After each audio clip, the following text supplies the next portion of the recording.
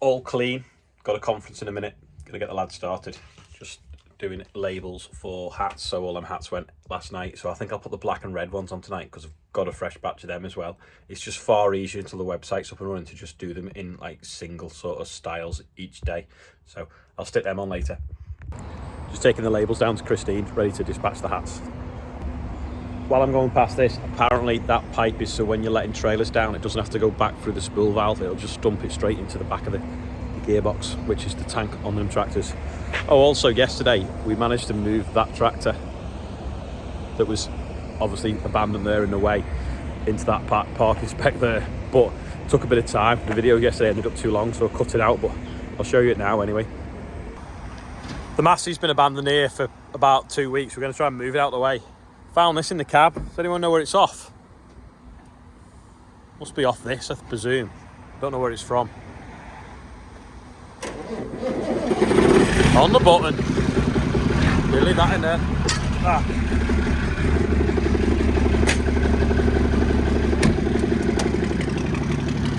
Just going to try and move it out of the way now.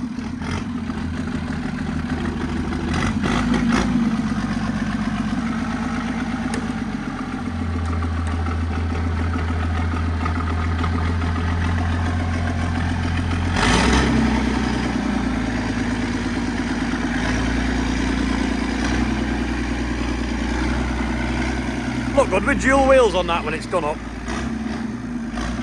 Or should we leave it on standard wheels? What do you think?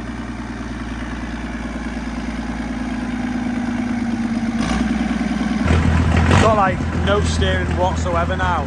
And now it's in like a worse place in the yard. It's like completely in the middle. It seems to turn easiest when it's moving. On the spot, it doesn't want to turn at all. So that suggests to me that the seals in the ramp have gone. So when it's got no resistance, i.e. it's moving, it wants to turn easier. But when it's parked up on the spot, because it's got to physically move the weight of the tractor, the oil's just passing through inside the ramp. But when it's going along like that now, it will steer gently.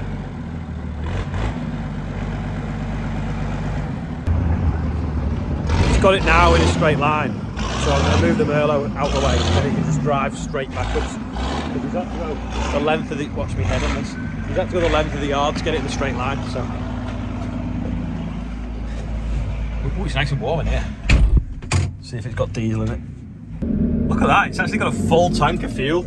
Ideal. Right, move this out. And then you can back here into where it wants to go. Move this over here where this was parked.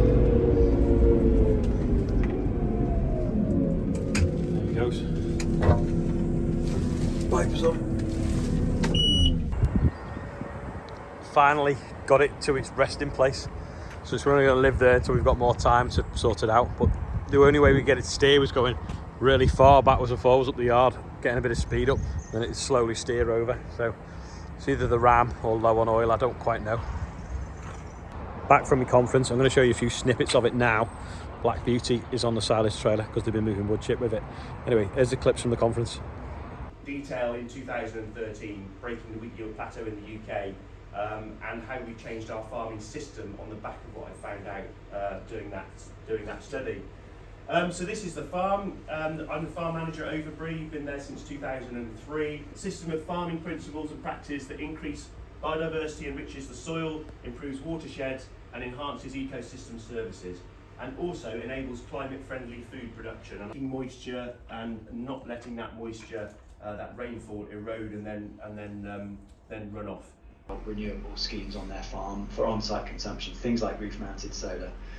The second is we've developed a service to help farmers develop large-scale renewable energy schemes on their farm, and these are the sort of utility-scale schemes where it's all about exporting power to the grid. And as a farmer, more often than not, the reason to doing and what you're implementing really is going to deliver the benefit that it promises to. In a nutshell, the service begins with a conversation, a sort of consultative conversation with an expert within NFU Energy. Those guys know energy very well, and of course they know agriculture very well, so they're very good at understanding where the potential opportunities are for NFU members. About the debt, but it's far worse. So get in season is the big thing. And everyone goes, cement's bad. Well, we wouldn't be in here without cement. So I'd rather eat cement than imported asparagus, but I don't think it would be very good for me. Not on Valentine's night, it wouldn't. No, not Valentine's Day for sure. It's a bag of cement, my darling. Less, because everyone wants you to produce less. Where's the food for these people coming from? Are we just saying it's imported, in which case it's all offshored? No question, right? And they turn around and go, no, we want half of our food to be locally produced. So all of us in this room now have to go and get half of our food from imports, which is simple. This bit here, and Bruno kind of linked onto it, this bit about don't sell your assets before you've got them, or you've got to have additional assets.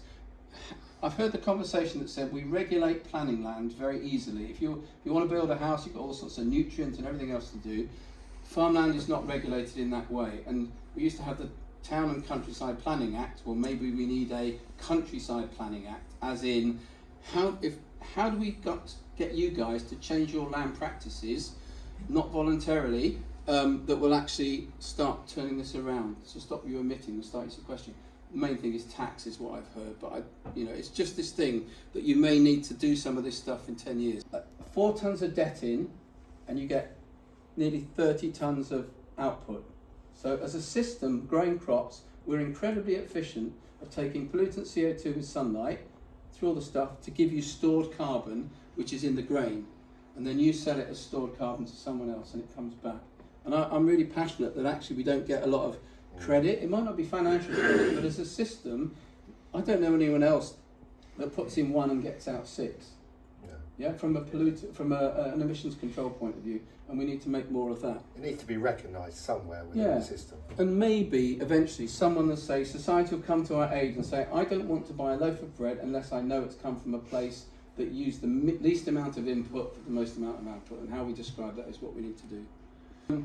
100 years, we can grow 600 tonnes of carbon. A tree will grow 400. We then eat the carbon, but that's the point about it. You could burn a tree, all that sort of stuff. Right. I guess. And what they're basically proposing here is large scale, landscape scale recovery, landscape scale change, basically. Level of assessment, which allows farmers to make robust decisions about optimising how and when they can apply their organic manures in a way that manages and mitigates the risks of pollution and nutrient loss. Yeah. You're not going to say it? It's like a boy band. Oh, is it? Yeah, I think you're going to be in tonight. I knew the next one to be Rob and Amy. Yeah, I went with Rob House. Rob Williams and Amy House. Yeah, definitely. Hello.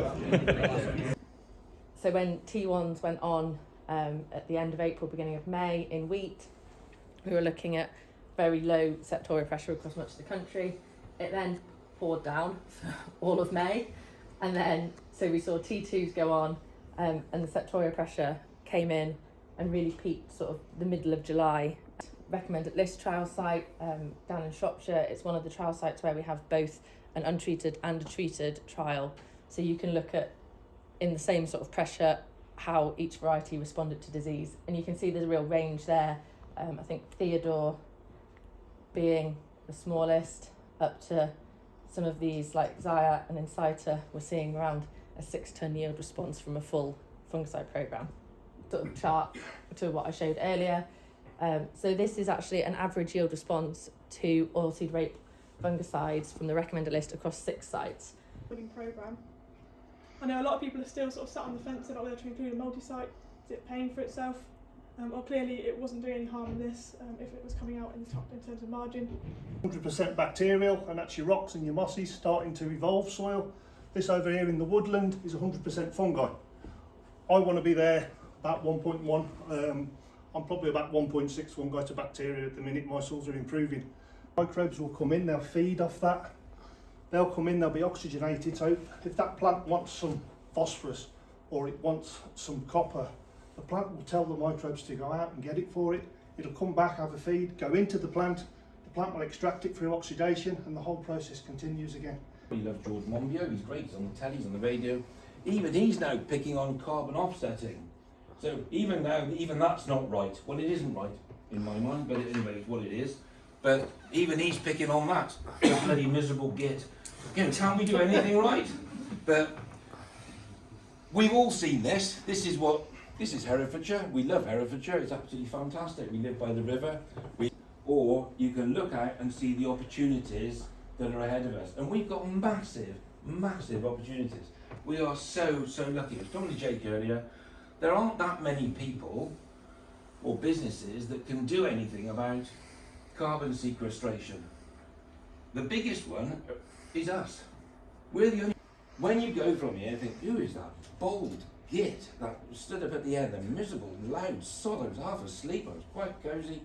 But when you go away, all these things are opportunities. Elms is an opportunity if it suits you. It's an opportunity. It's not the end of the world, it's an opportunity to do something different. Carbon is an opportunity when the time is right for you to do something else. It's not you have to do it. It's an opportunity if you so wish. Regeneration is an opportunity. A lot of you are probably making good money. Corn, 225 quid a tonne, is it today? Something like that. Rape was 280 quid a tonne 3 years ago. It's now 650 today, or whatever. It's 650, 700, whatever it is. You know, at the moment, we're living the dream. Have your opportunity to say how you want your levy spent. You will be asked to prioritise how AHDB spends the cereals and oilseeds levy or any other sectors that you register.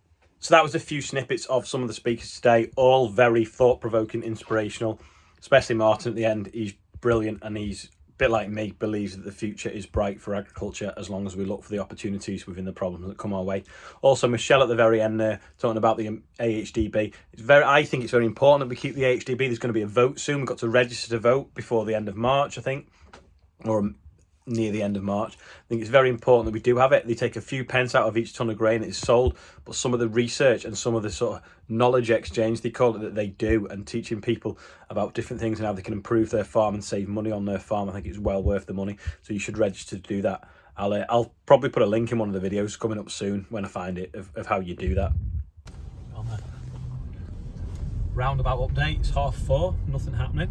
Probably been nothing happening since 12 o'clock with it being a Friday. While I've been at the conference, Sam has been carting some wood chip that Adam's been doing with his new chipper, so here's a quick look at that.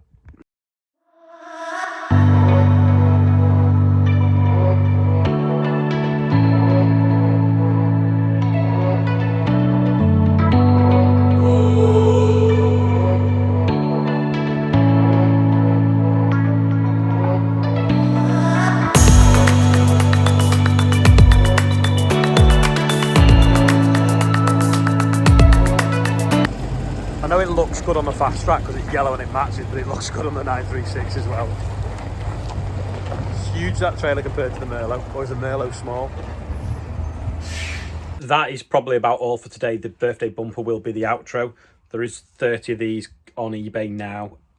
The shop will be up and running hopefully in the next few days. I know I keep saying this, but it's just there's so much going on. This whole fraud thing was trying to get the money back from that as well, which is a bit of a pain. So that's took up lots of time sorting all that out with the bank. Thanks to everyone that's watched today. Sorry it was a bit of a mismatch again because I've obviously been at the conference and trying to put the conference into a few minutes when you think that each speaker talked for 40 minutes and there was so much interesting stuff in it. It's just impossible really. But thanks for watching, and normal business will be resumed tomorrow.